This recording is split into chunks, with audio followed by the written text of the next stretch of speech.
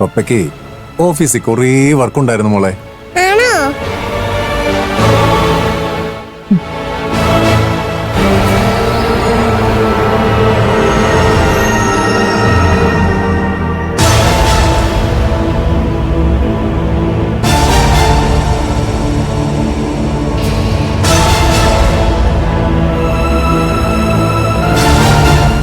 അബി, ഞാൻ പോലീസ് സ്റ്റേഷനില് അല്ല, സ്റ്റേഷൻ എന്ന് പറഞ്ഞ ഓഫീസ് ജിത്തുവിന്റെ അവിടെ ചെന്നപ്പോഴാണ് എല്ലാം മനസ്സിലായത്.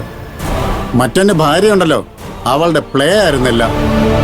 അബി, ജിത്തുവിനെ ബുദ്ധിപരമായി യൂസ് ചെയ്ത പെണ്ണ്, അതാ സംഭവിച്ചത്.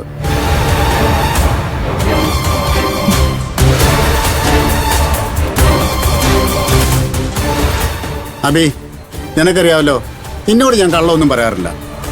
ആകെ സത്യം പറയാറുള്ളത് നിന്റെ മുന്നിൽ മാത്രമാണ്.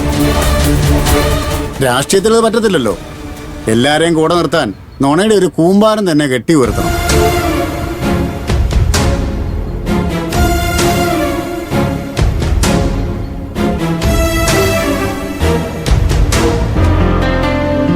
അബി, നമ്മുടെ യാത്ര തുടങ്ങി ഇതുവരെ നിന്റെ ഇഷ്ടങ്ങൾ അനുസരിക്കാനാണ് ഞാൻ ശ്രമിച്ചിട്ടുള്ളത്. എടാ ജിത്തു, അബിയോട് ഞാൻ എല്ലാം പറഞ്ഞിട്ടുണ്ട്. ഇവളത് മനസ്സിലാക്കിയിട്ടുണ്ടെന്ന് എനിക്കറിയാം. ഈ ഗൗരവം വെറും ജാടയാടാ. എന്നാ ശരി, ഞാൻ ഇറങ്ങട്ടെ.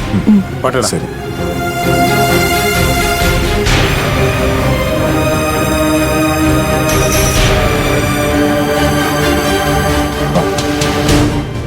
ജിത്തു,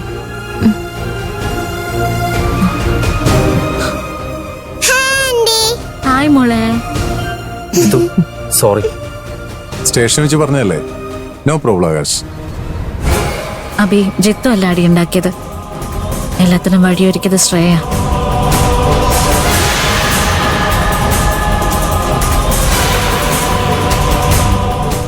ഓക്കെ, അതൊക്കെ പോട്ടെ, വിട്ടുകള. നമ്മളിവിടെ വന്നതിനാ ലൈഫിൽ നല്ല നിമിഷങ്ങൾ ഉണ്ടാക്കാനല്ലേ. ഈ തണുപ്പും ഇടയ്ക്കുള്ള മഴയും കാറ്റും എല്ലാം ആസ്വദിക്കണം. ജിത്തു, അബി, വാഗ റിസോർട്ട് ഏക്കർ കണക്കിനുണ്ട്. നമ്മളതൊന്നും കണ്ടിട്ടില്ലല്ലോ. വാ, നമുക്കൊന്ന് ചുറ്റിക്കാണാം. പെട്ടെന്ന് റെഡിയാവാം. കണ്ടോ, ആവടി മോള് റെഡി. ഇനി പപ്പയും അമ്മയും വന്നാ മതി. ഓക്കെ, ഞങ്ങൾ റെഡി.